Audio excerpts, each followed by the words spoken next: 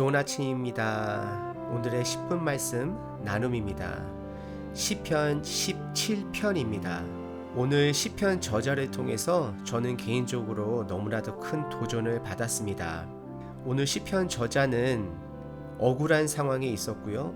누군가가 본인을 죽이려고 혈안돼 있는 상황입니다. 사실 시편 저자가 처한 상황과 미국이나 한국에 살고 있는 저희들은 너무나도 다른 상황인 것을 보게 됩니다. 그래서 때로는 시편을 읽을 때에 이것이 나하고 무슨 상관인가 라고 느껴지실 수도 있습니다. 우리 삶 가운데 누군가가 우리의 목숨을 해하려고 하는 사람은 없지만 누구에게나 다 어려운 상황이 있다라는 것은 공통점입니다. 그러한 관점으로 봤을 때에 하나님께서 직접 해주시는 말씀은 아니지만 하나님을 신실하게 붙들고 있는 시인 저자를 통해서 분명히 배워야 될 점이 있습니다. 그래서 하나님께서 시편을 저희들에게 허락해 주신 것입니다. 제가 여러분들에게 말씀을 나누기 이전에 여러분들께서 꼭 스스로 오늘 본문 말씀을 최소 3번 정도 묵상하시기를 바랍니다. 그리고 제가 아래 링크에다가 드라마 바이블 링크를 걸어 놓도록 하겠습니다.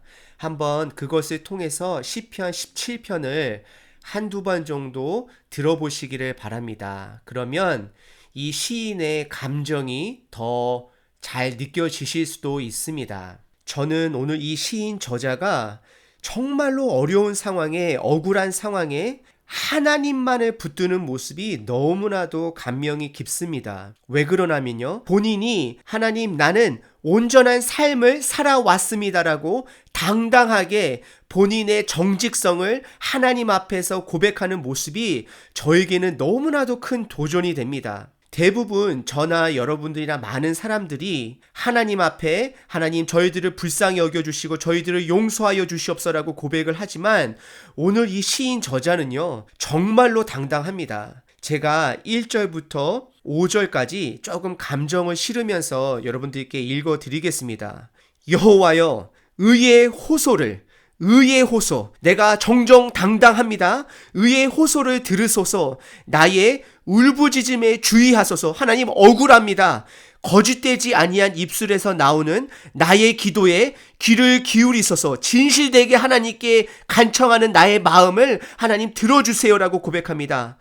주께서 나를 판단하시며 주의 눈으로 공평함을 살피소서. 주께서 내 마음을 시험하시고 밤에 내게 오시어서 나를 감찰하셨으나 흠을 찾지 못하셨사오니 내가 결심하고 입으로 범죄하지 아니하리이다. 저는 개인적으로 욥의 고백이 생각납니다. 사람의 행사로 논하면 나는 주의 입술의 말씀을 따라 스스로 삼가서 포악한 자의 길을 가지 아니하였사오며 나의 걸음이 주의 길을 굳게 지키고 실족하지 아니하였나이다. 정말 우리 시인 저자는요, 하나님 앞에서 당당하게 하나님, 나의 의의 호소를 들어주세요. 나의 거짓되지 아니한 진실된 나의 이 기도를 들어주세요. 하나님께서 나를 감찰하셨어도 내가 하나님께서 흠을 못 잡을 정도로 제가 당당하게 열심히 최선을 다해서 하나님의 법도대로 살아왔습니다라고 고백합니다. 여러분들, 저와 여러분들의 삶이 이러한 고백이 되시기를 바랍니다. 저희가 여기서 주의해야 될 점은요, 완벽한 삶이 아닙니다. 행위로서, 행동으로서 온전한 자가 아니라 방향에 온전한 자가 되어야 됩니다. 행위로 온전한 자는 예수님 한 분밖에 없습니다. 행위로서 저희들은 온전해질 수가 없습니다. 하지만 방향으로는 하나님 아버지께서 저희들에게 주신 방향 안에서는 저희들이 온전해질 수 있습니다. 오늘 시인 저자는요, 제가 묵상하는 가운데 이런 느낌을 받습니다. 첫 번째는요, 반복적인 죄를 짓지 않았습니다, 하나님. 그리고 두 번째는요, 의도적인 죄를 짓지 않았습니다라고 하나님께 당당히 고백하고 있습니다.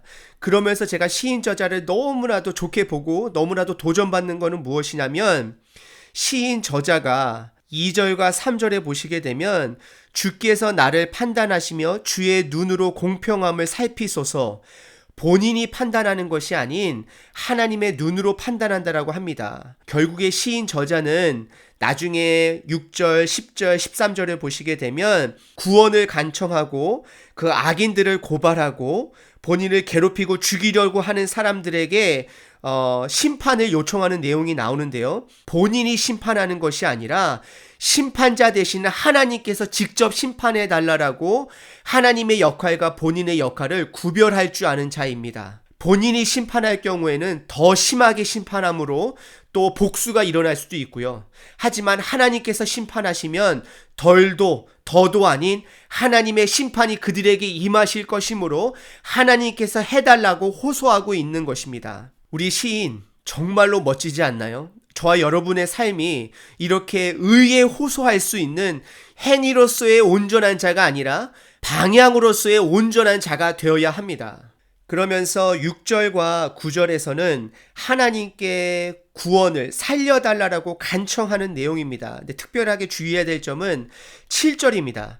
주께 피하는 자들, 주께 도망가는 자들, 주님만을 붙드는 자들, 그 일어나 치는 자들에게서 악한 자들이죠. 오른손으로 구원하시는 주여, 주의 기이한 사랑을 나타내소서. 시인은 하나님께 피하였으므로 하나님만을 붙들었으므로 하나님 살려주세요라고 고백하고 있습니다. 그 주의 기이한 사랑, 변하지 않는 사랑, 약속에 중심된 하나님의 말씀, 그것으로 인하여서 하나님 살려달라고 합니다. 이것은 무엇이냐면 하나님께서 하신 그 약속의 말씀을 붙들었다라는 것입니다. 더 나아가 8절과 9절에 보시게 되면 나를 눈동자같이 지켜주시고 주의 날개 그늘 아래 감추시고 나의 목숨을 그 원수로부터 보호하시는 하나님. 아마도 시인은 하나님의 말씀뿐만 아니라 그 말씀을 붙들었을 때에, 약속의 말씀을 붙들었을 때에 삶 속에서 하나님께서 지켜주신 것을,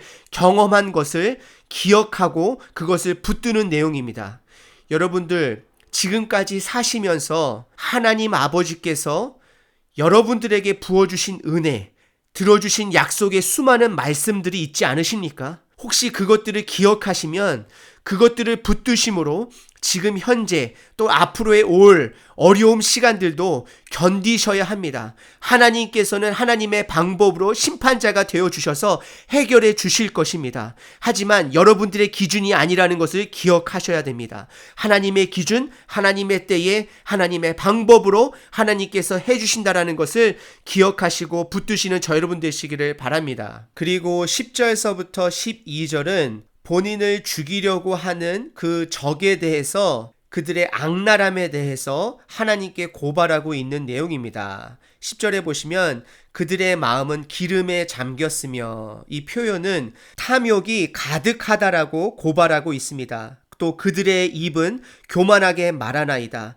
그들의 기준이 되어서 하나님의 말씀이 기준이 아닌 그들이 좋을 대로 세운 그 기준으로 교만하게 말한다라는 것입니다. 그러면서 그들을 젊은 사자로 표현하면서 은밀한 곳에 엎드렸다가 나를 죽이기로 작정한 자들, 적극적으로 나를 죽이기로 덤비는 자들이라고 하나님께 고발하고 있습니다. 13절부터 14절까지는 다시 한번 하나님을 붙들면서 하나님께 살려주세요라고 간청하는 내용이고요. 하지만 저희들이 또 주목해서 봐야 될 절은 마지막 절입니다. 나는 의로운 중에 주의 얼굴을 배우리니 깰 때에 주의 형상으로 만족하리이다. 다시 한번 읽어드리겠습니다. 나는 의로운 중에 하나님의 말씀의 법도로, 그 방법대로, 그 길대로 살아가는 가운데 주의 얼굴을 배우리니, 하나님과 동행하리니, 깰 때에, 내가 일어날 때마다, 매일매일마다 주의 형상으로, 하나님이 함께 하심으로, 하나님의 말씀으로 내가 만족하리이다. 내 삶에 내가 하나님의 말씀대로 살아가면서 내가 억울한 일 당할지라도, 세상 기준의 성공이란 삶을 살지도 못하고 계속 쫓기는 이러한 삶을 살지라도 내가 만족한다라고 정말로 이를 악물고 다짐하고 확신하는 내용입니다. 여러분들 시인 저자 정말로 멋지지 않나요? 여러분들 오늘 시인 저자를 통해서 정말로 의의 호소를 드릴 수 있을 정도로 삶의 몸부림을 치시는 저와 여러분 되시기를 바랍니다. 그리고 더 나아가서 오늘 시인처럼 이를 악물고 내 삶에 어려움이 있다 할지라도 주 하나님만으로 내가 만족하리이다라는 고백이 저와 여러분 삶 가운데 있기를 기도합니다.